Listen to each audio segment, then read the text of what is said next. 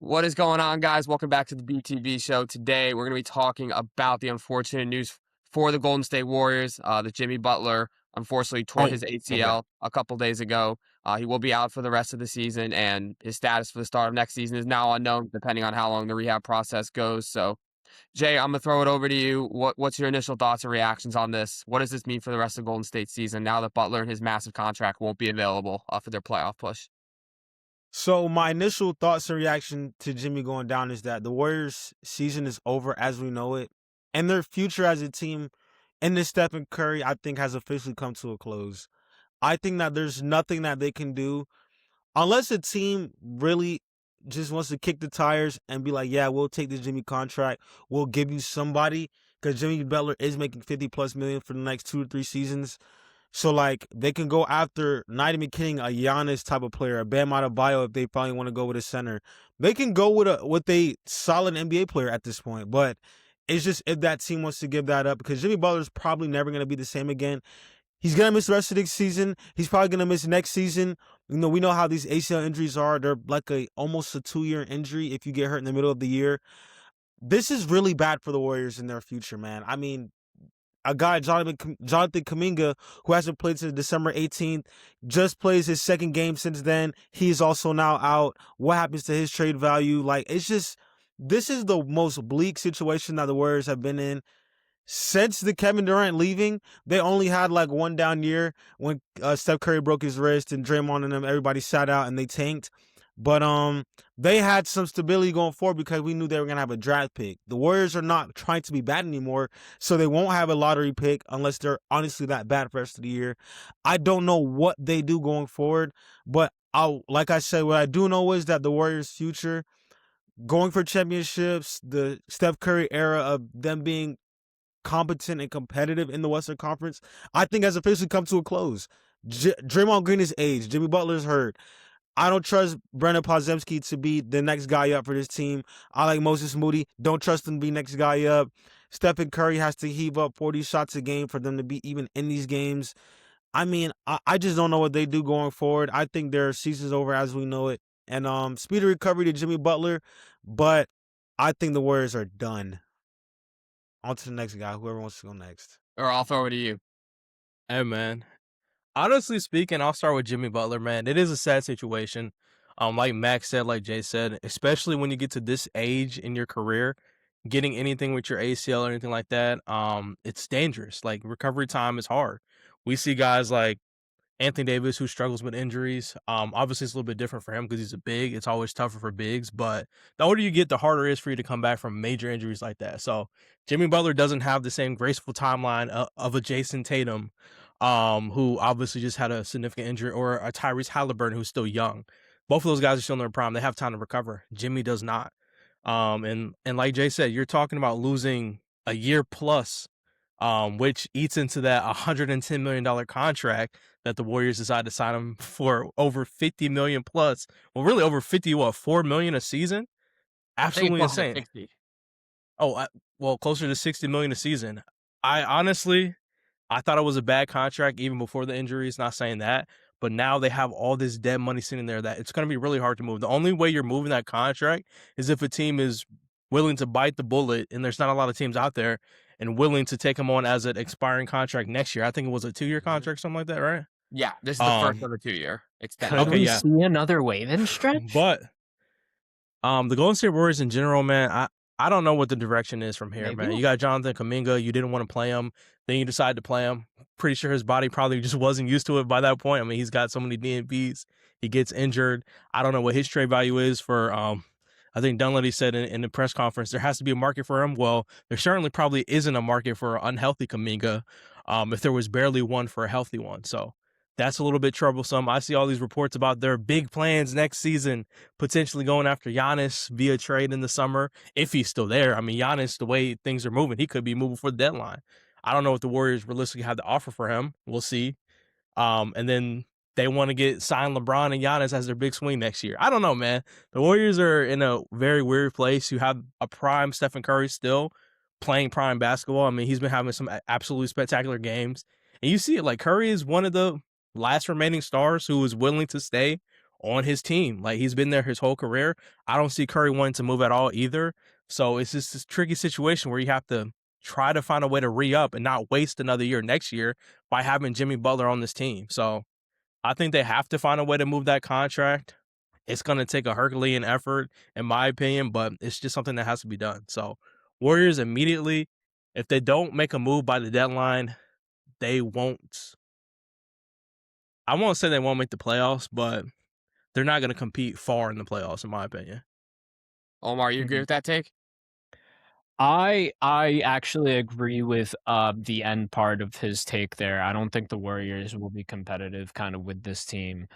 To be completely honest, I think they really do.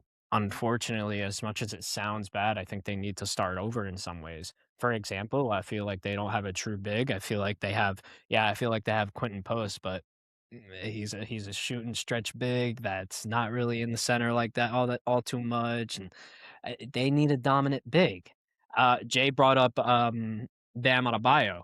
I don't know what type of trade Miami will take for a contract like that, but I'm not sure if Bam is even an option at this point, let alone Anthony Davis or somebody else that somebody else. I mean, the only realistic one, and I know I just said his name as an unrealistic one, is Anthony Davis, because you want to put Curry next to somebody who's going to be dominant in the post.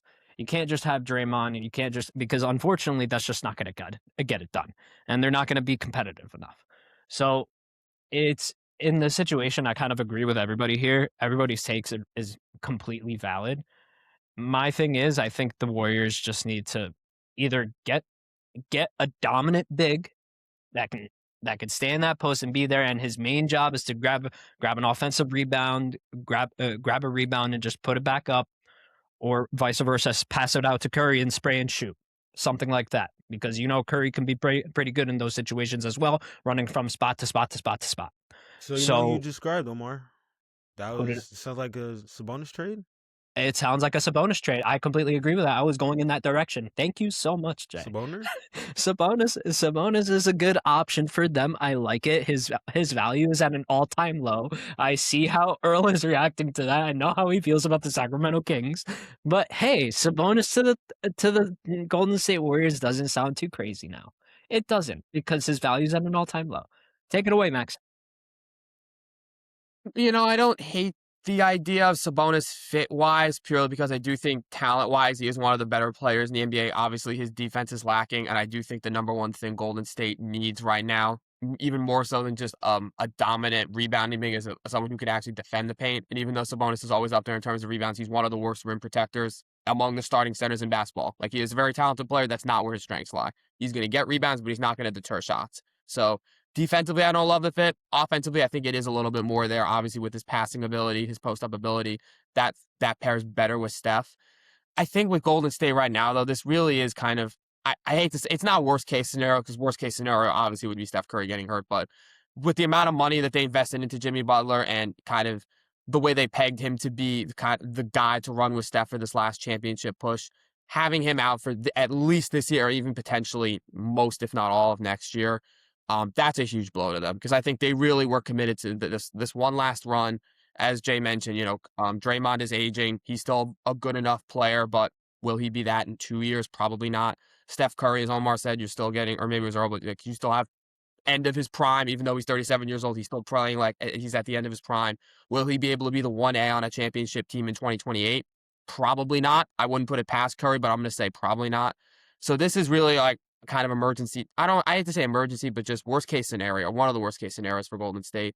The one, I hate to say bright side, but if there is going to be a bright side, this might be where you can finally have Jonathan Kuminga come in, and he had a solid game. The first game after Jimmy Butler went out against, I believe, the Raptors, where he put up 20 points off the bench. Solid outing for him, little promise. But then last night gets hurt against Dallas in an 8-point loss and turns his ankle, doesn't come back. As we're recording this, I think he's getting an MRI today, so that will reveal how much time he's going to miss. If he's out too, then goodness, Golden State just has to really consider all options at that point. I think they either have to say, we're just going to, they could panic and try and be desperate and bring in a Sabonis or an Anthony Davis. But I think right now, with the way things are in Golden State, I think you have to be realistic. you're probably not competing with the Thunder this year or next year without Jimmy Butler. You probably weren't even competing them with Jimmy Butler, but I think you had a chance there. Without Butler, you're not competing the Thunder. You're not competing with the Rockets. You're not competing with the Spurs. You're probably not in that same tier as the Nuggets or maybe even the Timberwolves. You're probably looking Max, I at gotta best ask a you a second round question team with this Golden State. So real quick. I let me finish. Got So you. I think the best thing for them to do is just to not take on these extra contracts. You're looking at guys like Davis, like Sabonis. They are owed money deep into, they are on big contracts into the future. So if Golden State just doesn't want to panic, I think they might just have to ride this team out, be okay with Steph's last few years being a little mediocre, as much as I hate to say it. If they try and panic and bring in a guy like Bam, who's locked up for the next couple of years, then they could be looking at screwing themselves after the Steph Curry era. So as Jay said, maybe the Steph Curry era just has to end this way. But if they're going to do what's smart for the franchise long term, it might be best to just not panic. Maybe Jonathan Kuminga becomes an All-NBA player, and that's your only hope. But if that's the case, have Curry ride out his last few years and then try and right the ship after that. What's your question, Omar? Yeah, my bad. I didn't mean to cut you off there. So basically, I was asking this a little earlier, and this is more to everybody else, I guess, as well. Do you kind of see a situation that we saw last year with Milwaukee being desperate to get off that Dame contract to a point where they had to waive and stretch from his two or 3 year salary to a 5 year salary of 20? What was it? I Who, don't even know. Curry? I don't. Dame Lillard. No, I'm saying No, you like talking about for in Jimmy Butler? Yeah. Sorry, Nah, yeah. I that don't guy. think. mm, A So wave so and the stretch. A wave Bucks, and stretch. the Bucks having a Giannis, you're more prone to do that with Giannis because Giannis still in his prime. Bucks weren't over yet, like the Warriors situation. Like the Warriors situation is pretty over. I wouldn't do that in the Warriors case. I would completely get rid of him or just keep him at this point. It's also just 1 year of Jimmy Butler's contract after this versus Yeah, but I for also Lillard, so there's less of see a penalty there for just letting it come off as an expiring deal. And then, maybe you're even able to move Jimmy as a $60 million expiring contract next year. I and don't he's in think his you value there. are. That's the thing, right? I don't think like look at the market last time he was traded. Nobody wanted him because every single time a certain team didn't want to give him an extension that he wanted, that $50 million mark. He all Assuming he's said, out, "Don't trade me here. I won't play here." Sorry, my bad. no, that's my bad. Assuming he's out for next season or most of next season, the team wouldn't be acquiring him, hoping he can help them win a championship that year. They'd be acquiring him to get $60 million of expiring money off their books and have more free agency and cap in the offseason. Yeah, So that's maybe very true. maybe you are find a right. little Yeah. bit of value there for Jimmy, but I don't know that But there'd be much. before we close, I have an idea, or not even an idea, really just a thought. What situation does this remind you of, boys? Steph Dame Lillard. Curry, in the last couple years, they don't know what to do with him. He's been with the franchise his whole life, but you just can't trade him, and he doesn't want to leave. So you just got to deal with it. You got to deal with being sorry for the next couple years. This happened to a great player just not so long ago. And if y'all don't know what it is, it's Kobe Bryant. I was I gonna say mean, you're probably thinking Kobe. this literally happened. This is Kobe Bryant deja vu. Like from 13, 14, 15 up until last year 16. The Lakers were so bad. Kobe tore his labrum one year, tore his Achilles one year, had the high ankle sprains. Like Kobe was breaking down every single year, but Kobe didn't want to leave the Lakers. The Lakers, they want to trade Kobe because they respect him enough because they know he wants to stay. And they were just okay with being bad. And I can see the Warriors doing this same thing. They could pivot into that same thing. Like, hey, we know Curry wants to be a lifelong Warrior. He's staying. We know Curry don't want to go nowhere. He has to stay. I just don't know any other situation to compare this to. And that's why I really think that they don't kick the tires on Jimmy. And I think they just ride this out and just hope for the best. Like Max said, hopefully Jonathan Kuminga can turn into an All-NBA player all of a sudden. But they have really no other outs. Like, who wants Draymond Green at this point? I don't think they were necessarily okay with being bad, Jay. I don't think that was The the Lakers I'm talking were about. Yes, more than they okay with were. being bad. They were getting Really? draft picks. Look at the picks they Yes. got from being bad. Lonzo, Brandon Ingram. Those are being bad all those Lakers years. It comes to a point like just in the NBA bubble of the broader things of everything in the NBA world. There comes a point where you realize that there's a season where you're just realistically not going to be able to compete for championships. And as long as you're yielding assets back, I think some managers or owners, general managers or owners are okay with that process. They still are selling tickets. You got legacy guys like Curry's of the world and Kobe Bryant's of the world. They were still selling out tickets. They were still selling out jerseys. They still had peak fan engagement. The only thing they didn't have, unfortunately, was winning seasons throughout those times. But just like these historical franchises, it's just a chapter. And I don't want it to sound like I don't want to sound like you don't appreciate what these players have done and stuff like that. But there are some franchises that are bigger than players. So I think at this point, shout out to Curry. I think they do, to be completely fair, I don't think this is like, oh, this is the end of Curry. I do still think they try to make one more big, gigantic push. I mean, they tried it with Jimmy Butler. It kind of backfired badly. But I still see them trying at least one more time, because it's not like Curry is not going out there and putting up like career numbers that he's done pretty much his whole season. I mean, not whole season, his whole career.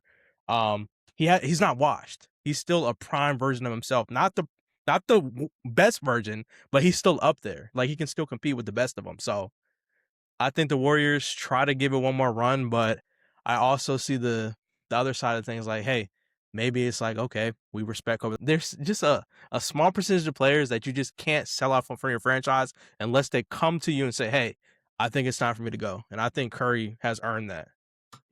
Let us know in the comment section below if you think Golden State's going to try and make one more competitive championship push with Steph Curry, or if you think this might be the start of them entering a rebuild. As always, be sure to share this video. Check us out on YouTube, TikTok, Instagram. Leave a comment below if you want to see for any topic ideas you want to see us cover in the future. Thank you guys so much for watching. Have a good rest of your day.